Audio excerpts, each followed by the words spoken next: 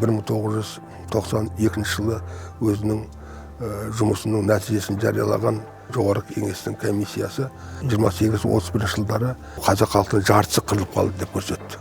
49% қырылып қалды деп көрсетті. Бұл апат болады. Одақ көлемінде осындай қырғынға екі республика ұшырады.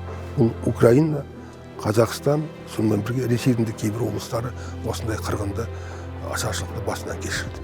Бұл ненің көрінісі еді деген сұрау туады. Бұл әрине мына большевиктік реформаның ойластырылмағандығының, қазақ қоғамына үйлесімді дәреже деңгейде жүргізілмегендігінің, қазақ қоғамының ерекшеліктерін есепке алмағандығының көрінісі болады. Совет үкіметі, әсіресе Голощекин бастаған Қазақстандағы билік бұл ашаршылықтың, елдің қырылуының себебін алаштық зиялыларға аударып салуға тырысты.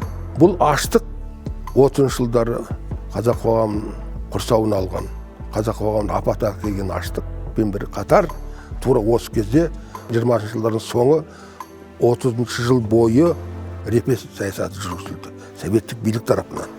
Соның салдарынан қазақ қоғамы ең алғашқы буын саяси басшылығынан, алаштық басшылығынан айырылды. Алаштық басшылық түгелдей жойылды.